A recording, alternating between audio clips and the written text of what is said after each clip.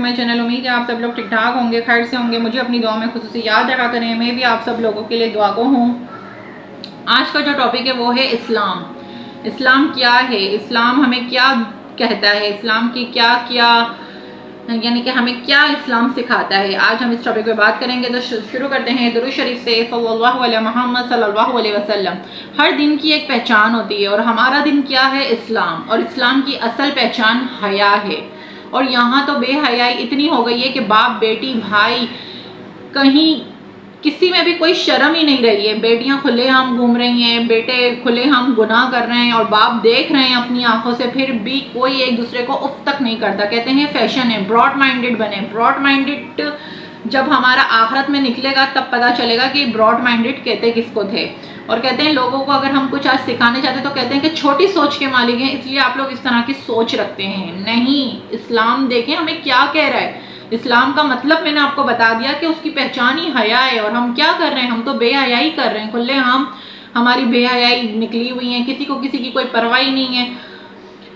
تو یہ تو سب ہمیں آخرت میں پتہ چلے گا۔ یہ تو شکر کریں کہ ہم آقا کے امتی ہیں، ورنہ ہم پر پتھر برستے، عذاب آ جاتا، اور پھر کہتے ہیں کہ اللہ کی رحمت نہیں برستی، اللہ ہم پر رحمت نہیں کرتا، اللہ اپنا کرم نہیں کرتا۔ کیسے ہوگا یہ سب کچھ جب تک ہم اپنی بے حیائی کو نہیں ختم کریں گے؟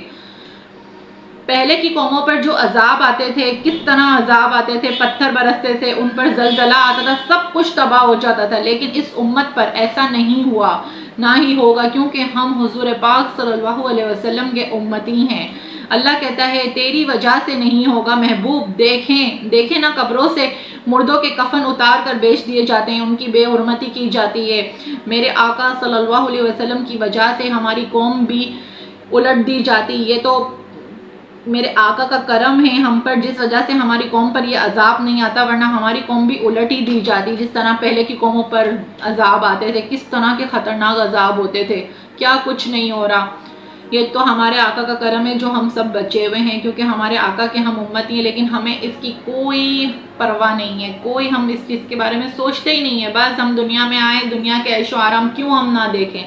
اللہ نے کہا ہے دنیا میں آئے ہو لیکن حیا کے ساتھ ہر کام کرو، ہم تو بے حیائی کے ساتھ ہر کام کرتے ہیں۔ اللہ اکبر۔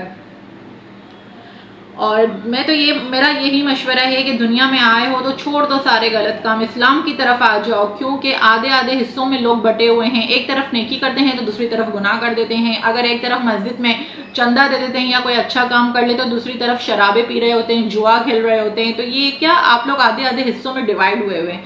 تو اس طرح کا کام نہ کریں، اگر نیکی کر رہے ہیں تو پورا اللہ کی طرف رجوع کریں اور یہ چھوڑ دیں سارے غلط کام۔ علماء فرماتے ہیں جب دل پر زنگ لگ جائے تو کثرت سے ذکر کرو، اور کثرت کے ساتھ موت کو یاد کرو تو دل کا زنگ دور ہو جاتا ہے۔ قرآن کی تلاوت کریں تو بھی دل کا زنگ دور ہو جاتا ہے، اچھے لوگوں کی صحبت اختیار کریں تو بھی دل کا زنگ دور ہو جاتا ہے۔ تو یہ ہے ہمارا اسلام۔ اسلام ہمیں حیائی دے سکھاتا ہے، اور ہم لوگ صرف اور صرف بے حیا ہی کر رہے ہیں۔ تو خدا را اسلام کی طرف راغب ہو جائیں، حیا کو اپنا لیں، بے حیائی کو چھوڑ دیں۔ تو بس آج کا یہ شارٹ ٹاپک تھا۔ امید کرتی ہوں کہ آپ لوگوں کو یہ چیزوں سے بہت کچھ حاصل ہوتا ہوگا، بہت کچھ سمجھ آتی ہوگی، اور آگے بھی یہ شیئر کیا کریں تاکہ لوگوں تک بھی اس کی نالج ملے کہ اسلام ہمیں کیا کہتا ہے۔ اگر آپ کو میری یہ ویڈیو اچھی لگی ہے تو لازمی شیئر اینڈ سبسکرائب کر دیجیے گا۔ السلام علیکم ورحمۃ اللہ وبرکاتہ۔